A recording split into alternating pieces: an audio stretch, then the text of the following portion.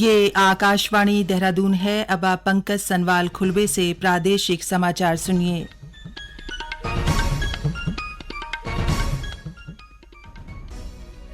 पहले मुख्य समाचार। मुख्यमंत्री पुष्कर सिंह धामी ने राज्य में जेल विकास बोर्ड के रिवॉल्विंग फंड के लिए 1 करोड़ रुपए की धनराशि जारी करने के निर्देश दिए हैं। अपर मुख्य सचिव राधा रतूड़ी ने सड़कों के लिए भूमि अधिग्रहण और मुआवजे की प्रक्रिया को आसान बनाने के लिए कमेटी बनाने के निर्देश दिए। मुख्यमंत्री पुष्कर सिंह धामी ने कहा है कि सरकार केदारनाथ के निकटवर्ती स्थानों को आध्यात्मिक पर्यटन की दृष्टि से विकसित करने की योजना बना रही है। और आज अंतर्राष्ट्रीय बालिका दिवस है। इस मौके पर प्रदेश भर में विभिन्न कार्यक्रम आयोजित किए गए।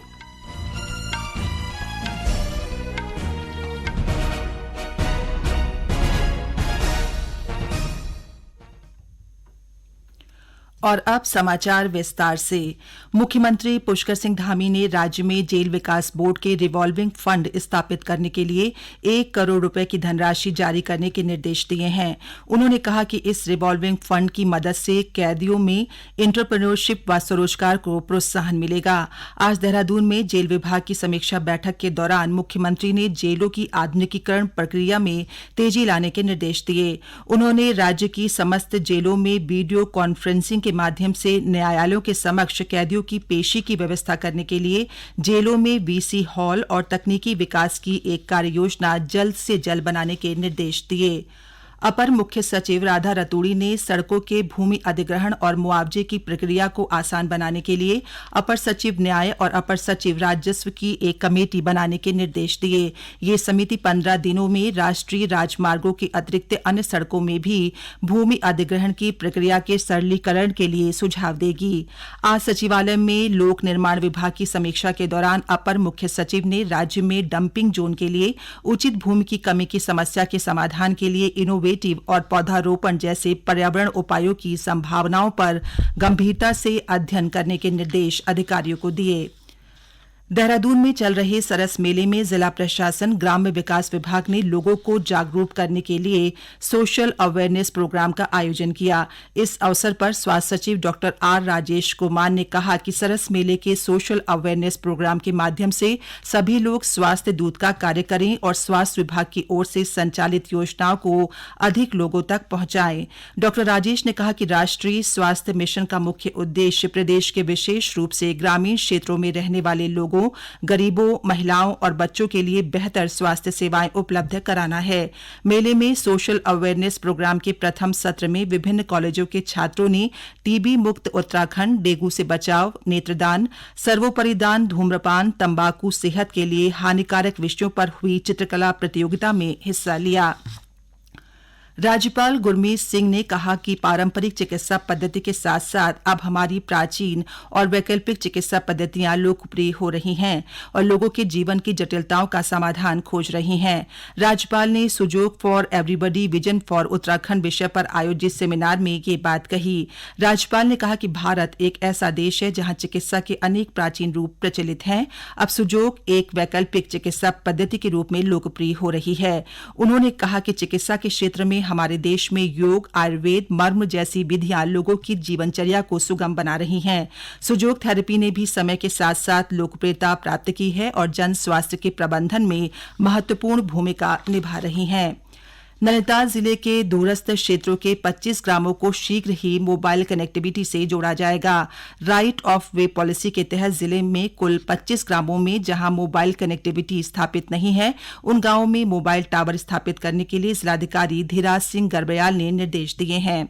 जिलाधिकारी ने सभी उप जिलाधिकारियों को निर्देशित किया है कि अपने क्षेत्र के अंतर्गत आने वाले विद्यालयों, ग्राम पंचायत भवन में 2000 स्क्वायर फीट सरकारी भूमि मोबाइल टावर के लिए निःशुल्क आवंटित करवाएं।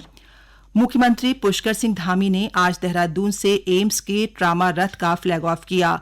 मुख्यमंत्री ने कहा कि ट्रामा रथ के माध्यम से लोगों को चिकित्सा पद्धति के बारे में जागरूक किया जाएगा। उन्होंने कहा कि उत्तराखंड विषम भौगोलिक परिस्थितियों वाला राज्य है। चिकित्सा के क्षेत्र में इस तरह की पहल कारगर साबित होगी। एम्स के एसोसिएट प्रोफेसर डॉक्टर मधुर उनियाल ने कहा कि 11 से 17 अक्टूबर तक ट्रामा सप्ताह के तहत राज्य के विभिन्न मेडिकल कॉलेजों और विद्यालयों में छात्र छात्राओं के साथ ही लोगों को तात्कालिक सहायता और इलाज की जानकारी देगा। टिहरी के जिलाधिकारी डॉक्टर सौरभ गहरवार ने फ्लोटिंग हट की गंदगी को टिहरी झील में डालने के मामले में संबंधित के खिलाफ कार्रवाई करने के निर्देश दिए हैं। झील में गंदगी डालने के मामले में उप जिलाधिकारी टिहरी के नेतृत्व में एक जांच टीम का गठन किया था। जांच के दौरान फ्लोटिंग हट में कई अनियमितताएं मिली, जिसके बाद टीम ने फ्लोटिंग हट का किचन सील कर दिया है। ये समाचार आप आकाशवाणी देहरादून से सुन रहे हैं। आयुष्मान भारत देश के किसी भी हिस्से के मरीज को देश के किसी भी कोने में लाभ सुनिश्चित करती है, और जो पहले असंभव था। चला चला से हट का पहिया, लाचार नहीं बहना और भैया, हर कोने में पहुंच रहा है सेहत का वरदान। माननीय प्रधानमंत्री श्री नरेंद्र मोदी जी के मार्गदर्शन में सफलतापूर्वक चल रही है आयुष्मान भारत योजना। प्रधानमंत्री जन आरोग्य योजना के अंतर्गत करोड़ों लाभार्थियों को मिल रहा है 5 लाख रुपए तक का मुफ्त उपचार। योजना के तहत सूचीबद्ध सरकारी व निजी अस्पतालों के माध्यम से अब तक करोड़ों लाभार्थियों को मुफ्त उपचार मुहैया कराया गया है। आप भी आयुष्मान भारत योजना में अपनी पात्रता के विषय में जानकारी प्राप्त करने के लिए 14555 पर कॉल करें या अपने नजदीकी CSC या सूचीबद्ध अस्पताल में संपर्क करें। ये समाचार आप आकाशवाणी देहरादून से सुन रहे हैं। मुख्यमंत्री पुष्कर सिंह धामी ने कहा है कि सरकार केदारनाथ के निकटवर्ती स्थानों को आध्यात्मिक पर्यटन की दृष्टि से विकसित करने के लिए योजना बना रही है। आज केदारनाथ में पुनर्निर्माण कार्यों के निरीक्षण के दौरान मुख्यमंत्री ने ये बात कही। उन्होंने कहा कि सभी निर्माण कार्य तय समय सीमा के अंदर पूरे किए जाएं। साथ ही श्री धामी ने अधिकारियों से कहा कि केदारनाथ आने वाले श्रद्धालु देवभूमि से अच्छा संदेश लेकर देश दुनिया में जाएं। इसके लिए श्रद्धालुओं को हर संभव सुविधा उपलब्ध कराई जाए। मुख्यमंत्री ने कहा कि प्रधानमंत्री नरेंद्र मोदी के मार्गदर्शन में भव्य और दिव्य केदारपुरी का निर्माण हो रहा है। इससे पूर्व मुख्यमंत्री ने मंदिर में पूजा अर्चना कर बाबा केदार से प्रदेशवासियों की सुख समृद्धि की कामना की और दर्शन के लिए पहुंचे श्रद्धालुओं और महात्माओं से भी बातचीत की। मौसम विभाग ने अगले 24 घंटे में प्रदेश के विभिन्न स्थानों में अतिवृष्टि की संभावना जताई है। आज प्रदेश के अनेक स्थानों में हल्की से मध्यम बारिश होने के साथ ही उत्तरकाशी, रुद्रप्रयाग, चमोली, बागेश्वर और पिथौरागढ़ के ऊंचाई वाले क्षेत्रों में हल्की से मध्यम बर्फबारी होने के आसार हैं। इस बीच प्रदेश में लगातार हो रही बारिश से जनजीवन प्रभावित हो गया है।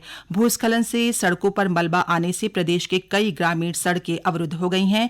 इनमें से कुछ को खोल दिया गया है, जबकि अन्य को खोलने की कार्रवाई चल रही है।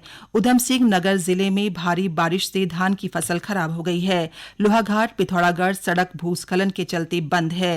नैनीताल के ओकलकांडा ब्लॉक की ग्राम पंचायत टीमर में आवासीय भवनों में दरारें पड़ने से 34 परिवारों ने बड़ौन स्थित जूनियर हाई स्कूल में शरण ले रखी है।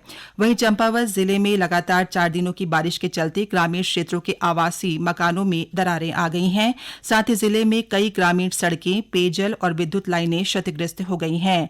राष्ट्रीय राजमार्ग टनकपुर से चंपावत तक छोटे वाहनों के लिए खोल दिया गया है। इसके साथ ही धान, मड़ुआ, सोयाबीन सहित खेतों में खड़ी अन्य फसलों को नुकसान पहुंचा है।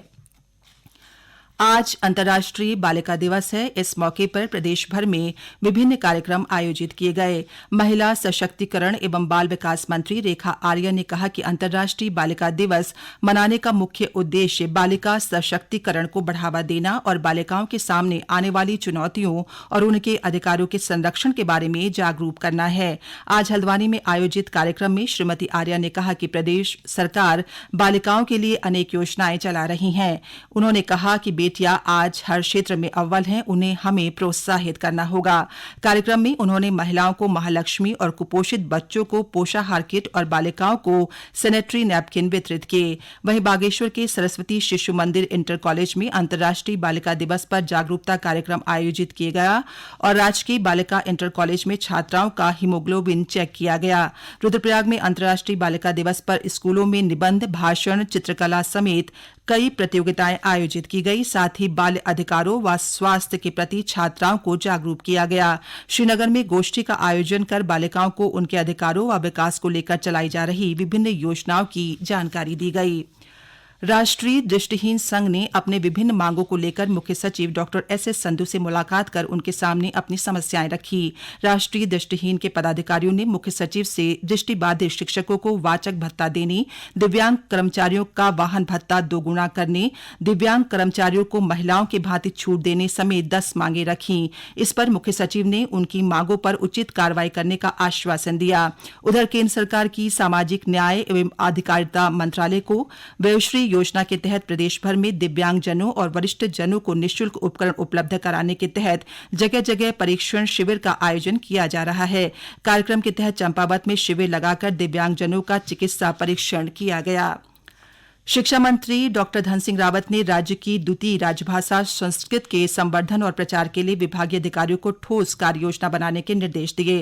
डॉक्टर रावत ने कहा कि संस्कृत उत्तराखंड की द्वितीय राजभाषा है, जिसके संवर्धन के लिए राज्य सरकार लगातार प्रयासरत है।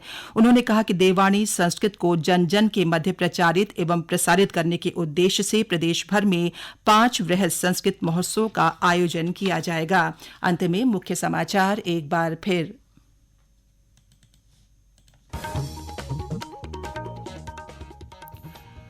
मुख्यमंत्री पुष्कर सिंह धामी ने राज्य में जेल विकास बोर्ड के रिवॉल्विंग फंड के लिए 1 करोड़ रुपए की धनराशि जारी करने के निर्देश दिए हैं।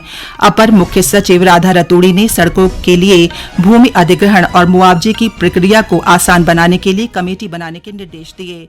मुख्यमंत्री पुष्कर सिंह धामी ने कहा है कि सरकार केदारनाथ के निकटवर्ती स्थानों को आध्यात्मिक पर्यटन की दृष्टि से विकसित करने की योजना बना रही है और आज अंतर्राष्ट्रीय बालिका दिवस है। इस मौके पर प्रदेश भर में विभिन्न कार्यक्रम आयोजित किए गए। इसी के साथ प्रादेशिक समाचार समाप्त हुए। नमस्कार।